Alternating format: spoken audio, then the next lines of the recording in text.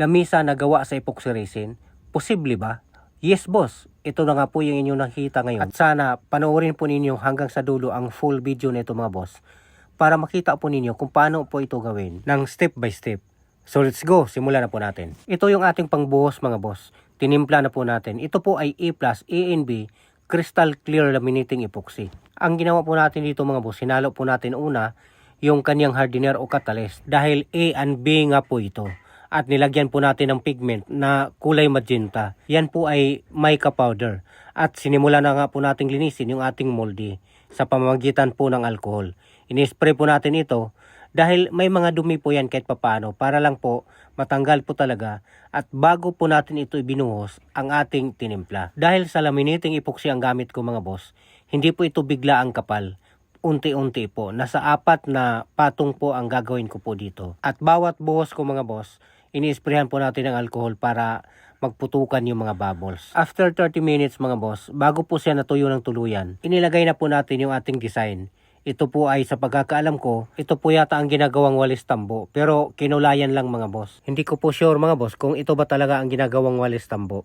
Dahil order ko lang po ito sa online. Sa mga nakaraang upload ko po mga boss, marami pong nagtatanong sa comment section kung saan ko ba nabili itong lahat na ginamit ko po dito. Sa online po ito mga boss pero halo-halo dahil minsan mahal sa kabila tapos mura sa kabila. So doon ako bumibili kung saan ang mas mura. Minsan sa Lazada, Shopee, Temu. Yun yung mga online shop na pinagbibilhan ko mga boss. Sa ibang bansa mga boss, marami na ang gumagawa nito. Sa ibang bansa po kasi ang unang nagkaroon ng epoxy resin. Kaya lang, ang design nito mga boss ay sarili ko lang po. Ito po kasi ay idea sa nag-order po sa akin ito. Meron nga pong nag-comment sa comment section mga boss doon sa una kong mga upload na ginagaya ko lang daw po ang ibang bansa. Sa akin naman mga boss, wala naman pong masama kung gagayahin po natin yung mga magagandang ginawa po nila. In fact, halos lahat na alam po nating trabaho mga boss ay hindi po talaga original na sa atin galing. Lahat po ay tinuturo po sa atin ng mga dayuhan, particular po ng mga Kastila nung araw. Natuto tayong magkarpintero,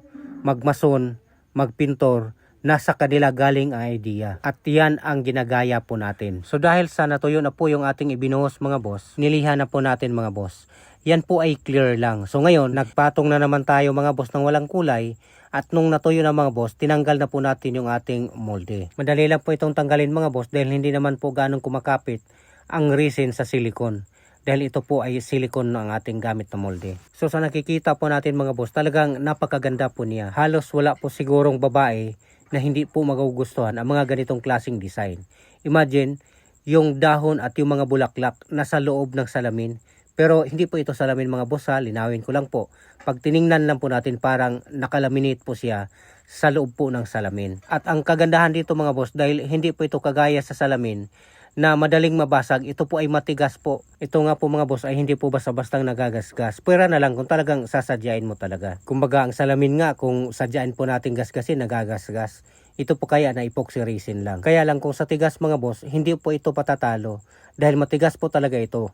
Aabot po ito ng 9,000 to 9,500 PSI.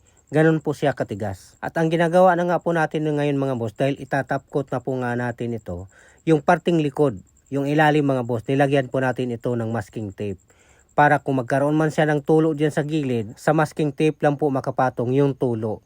Kaya pag tinanggal yung masking tape, dahil nakapatong yung tulo dyan sa masking tape, malinis po siya mga boss. At sigurado po ako mga boss na meron po talagang tulo yan kapag binitawan na po natin yung ating tape na pangharang. So ito na nga po ang ginagawa po natin mga boss.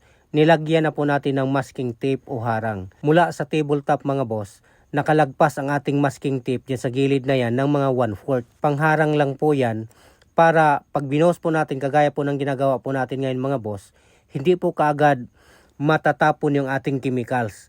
Hintayin po natin ang mga 45 minutes bago po siya matuyo. Pagka medyo sticky na po siya mga boss, pwede na po nating bitawan yan. At siyempre, kung napansin po niyo mga boss, bawat buhos ko, ini-spray ko po ng alcohol. At ngayon na malapit na po siyang matuyo, sticky na po siya mga boss, pagkatapos ng 45 minutes, binitawan ko na po yung ating tape para magkaroon na rin po ng resin yung ating gilid. Once na dahan-dahan po siyang magtuluan sa gilid. So kung kayo po'y umabot sa puntong ito at hindi pa po nakapag-subscribe, Mag-subscribe na po kayo mga boss, wala nang pong bayad yan.